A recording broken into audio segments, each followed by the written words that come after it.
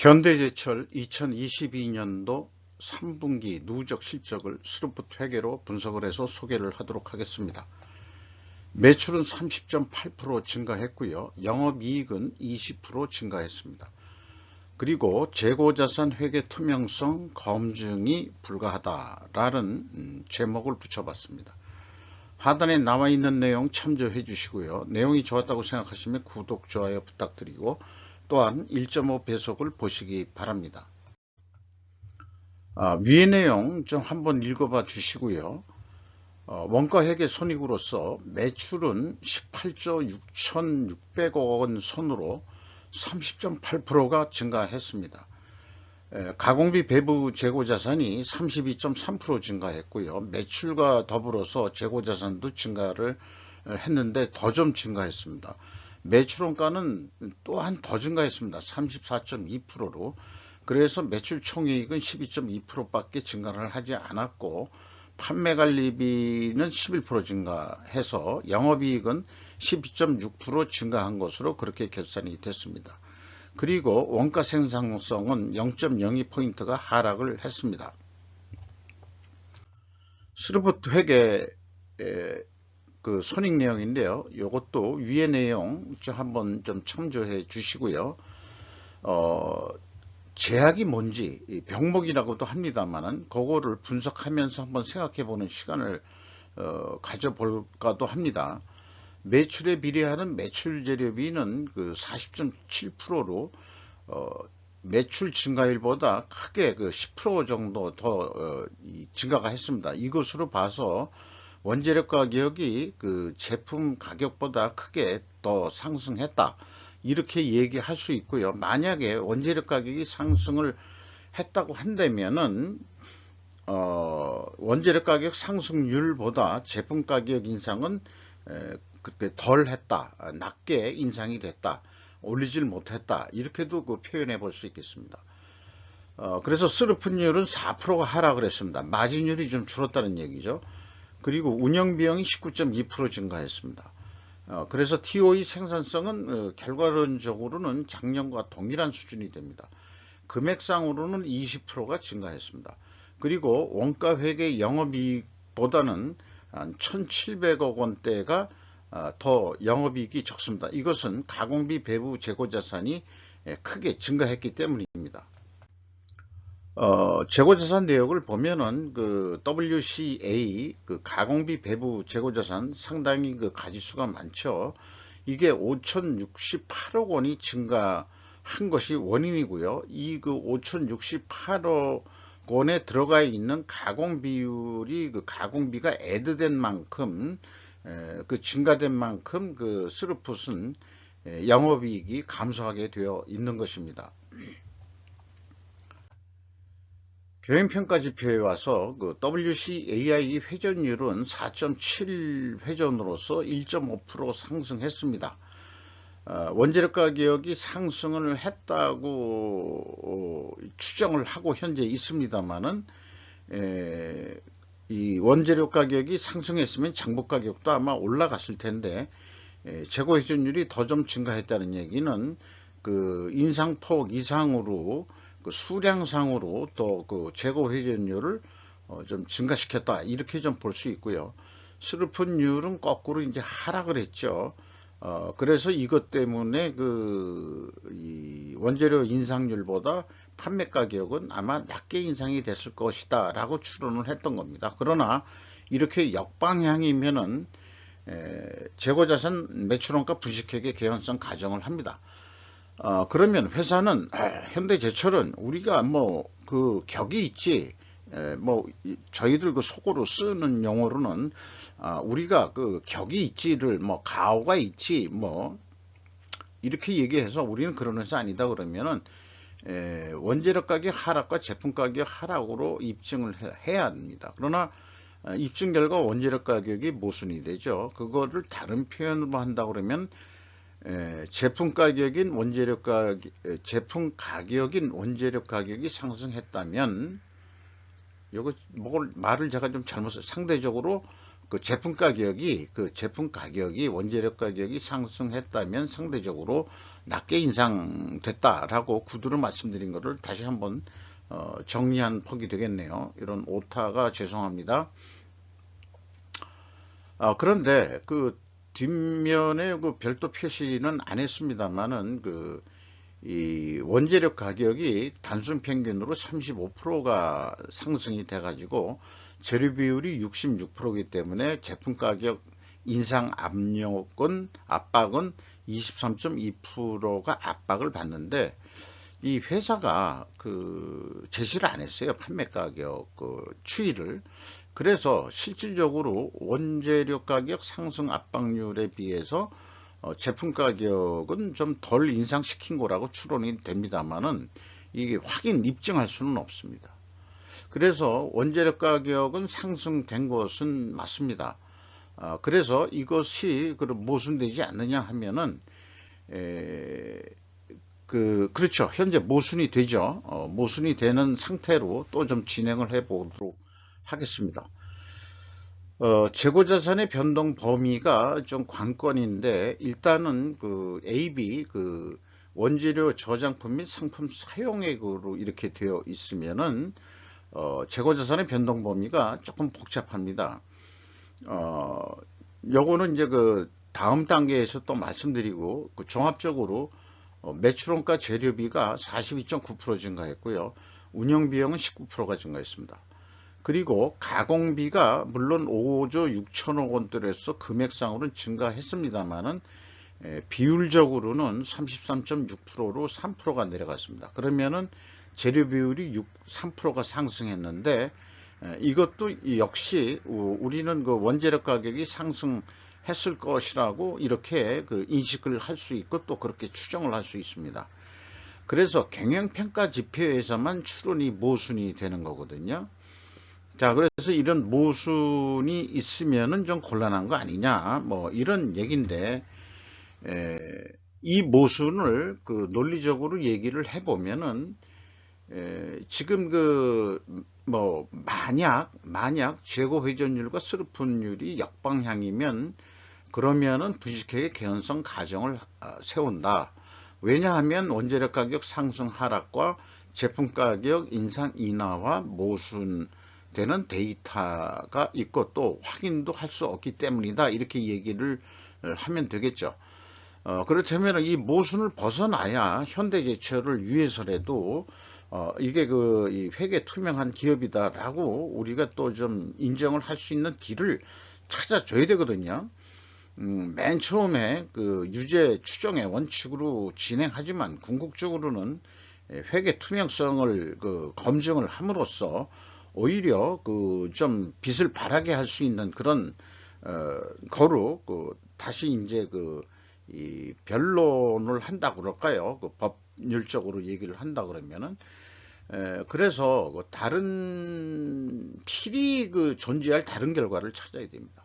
그래서 제가 우선은 생각하는 것은 재고 회전율 산출을 금액이 아닌 수량으로 확인해 볼 필요가 있겠다. 이런 얘기죠. 그래서 금액은 원재료 가격이 올라갔고 뭐 했는지 모르지만 수량이 회전율이 이 말하자면 약간 증가했잖아요.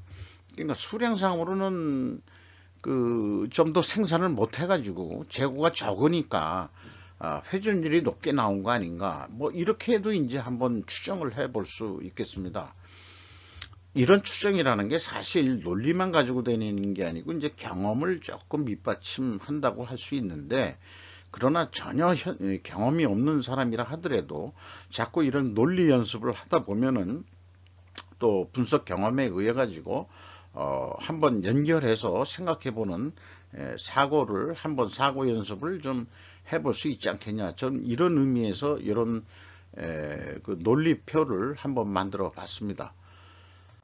그래서 재고자산 회계 투명성 관계를 계속 추진을 해보면은 PQ 총제조 비용의 차이가 있습니다. 352억 원이 있는데 이게 생산 재료비하고도 차이가 있습니다. 그래서 재고자산의 변동 범위 기준이 이게 세 개가 일치를 하거든요. 그러니까 뭔가 잘못되어 있는데 이게 뭐냐 그러면은 아까 얘기했듯이 이 전체 재고자산 같기도 하고 재고자산의 변동 범위가 아닌 것 같기도 하고 그래서 도저히 이것까지 그럼 전체 재고자산이라고 가정했을 때 그러면 또 차이는 더 벌어지게 돼 버립니다. 그래서 여기서 확인을 할 수가 없는 거죠. 자, 이게 문제라서 그런 모순이 나올 수밖에 없는 거 아니냐. 그러니까 그 재고자산의 이 어떤 수치 자체가 현실적이지 못한 무슨 그런 금액이 있다. 이렇게 좀 말씀드릴 수 있을 것 같고요. 최종 현금 흐름표 기준 전체 재고자산의 증가액도 올해 들어서 뭐가 문제가 있어요. 현금식으로 읽어보면은 현금이 4,032억 원이 나갔다면 재고가 4,032억 원이 증가해야 되는데 3,917억 원뿐이 증가를 안 했다. 그럼 현금 115억 원이 어디다가 껌을 사 먹었느냐라고 이 신문을 하면은 답변이 재고자산 평가손실이요. 그게 358억이요. 그러면 또 244억 원의 차이가 나는데 그럼 이게 뭐니? 이거를 답변도를 할 수 있어야 된다 이거죠. 그러니까 2단계도 안 되고 3단계도 안 되고 그러니까 이 분식회계 개연성 가정은 회사가 반증을 하기 전까지는 유효하다 이렇게 말씀드릴 수 있을 것 같아요. 운영비용은 인건비 중에서 인건비가 9,133억 원이 집행이 돼서 전년 동기 대비 11.2% 증가했고요. 직원이 159명 증가했습니다. 이렇게 직원을 새로 증가시키는 것은 매우 한국 경제를 위해서 대단히 감사하게 생각하는 그런 거로 계속 저는 좀 항상 모든 기업에 격려를 해드리지 마지 않는 바입니다. 그 다음에 연간 9,970만 원 연봉이 예상이 됩니다. 상당히 높은 연봉이라고 생각을 합니다. 그리고 현대제철은 운영비용 중에서 전력 및 연료비가 상당히 많이 들어가는데 이게 이제 14.7% 증가를 했습니다. 1조 한 8천억 원이나 들어가네요. 인건비 한 2배 이상 들어가는 거로 되어 있습니다. 이렇게 해서 매출원가 또 갭이 있습니다만은 있음에도 불구하고 이 재고자산은 WCIE로 표준을 정해서 예상을 해보면은 23조 9천억 원 정도 하지 않겠냐. 이렇게 이제 예상을 하면 한 2조 1천억 원대, 2조 2천억 원대 영업이익을 얻을 것이다.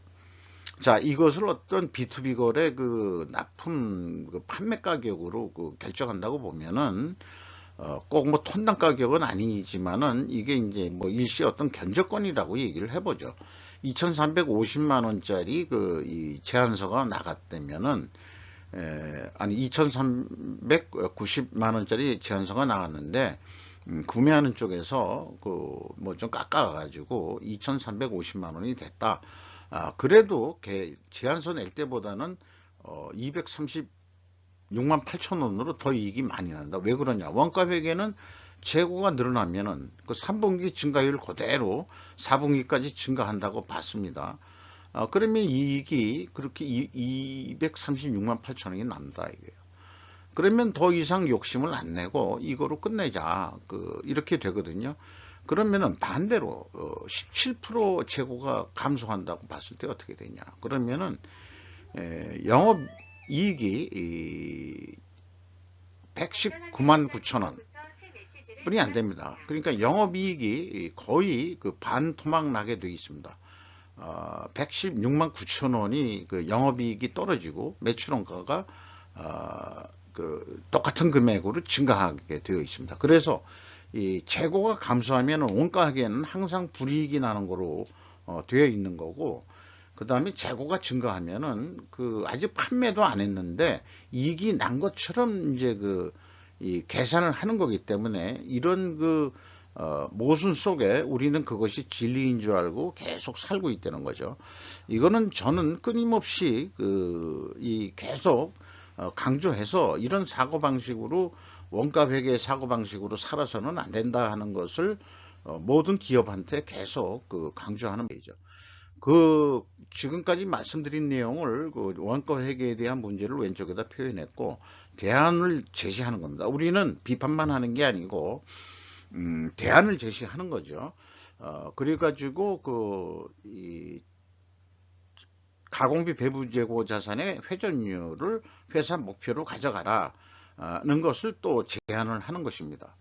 그래서 스루프 사고 방식으로 한다 그러면은 아까 계약권으로 한다 그러면은 원가 회계보다 50만 원 싸게 2,300만 원에 계약을 해도 1조 6 아니 166만 원이 남는 거로 이렇게 계산이 됩니다. 그래서 있는 데이터 그대로 가져와서 하는 얘기예요. 그러면은 이게 또 재고 회전율을 2.2%까지 해서 6회전 정도 해보자. 1년에 한 6회전 하면 2개월에 한 번씩 재고 회전이 되는 거거든요. 그러면 매출이 이 100만 원 단위로 다시 돌려서 얘기할게요. 24조 원대를 해가지고 2조 원의 영업이익을 낸다. 그러면은 재고만 감소하면은 어떻게 되느냐? 매출액은 그대로인데, 그러면은 그거는 계약했을 당시에 예상했던 1조 6천 원대로 끝난다 이거죠. 그래서 맥시멈과 미니멈 사이 4,176억 원 그 사이에서 연말 결산액은 여기에서 조정이 될 거다. 어느 선에선가 이렇게 얘기가 될 수 있겠습니다. 이런 사고방식으로 스루프적 사고방식으로 의사결정을 해야 된다는 것을 계속 말씀드리는 거고요. 주가를 보면은 8,650원이나 떨어졌습니다. 장부 가격의 23%밖에 되질 않습니다. 이거 좀 현대제철 존심이 좀 상해야 될 거라고 생각을 합니다. 그래서 그러면은 주가를 그럼 어떻게 올리냐 그러면 회계부터 투명성 있게 해라. 그리고 재고 회전율을 올려라. 저는 이 얘기뿐이 할 게 없어요. 아무리 다른 부수적인 요인이 핵심적인 거 하나.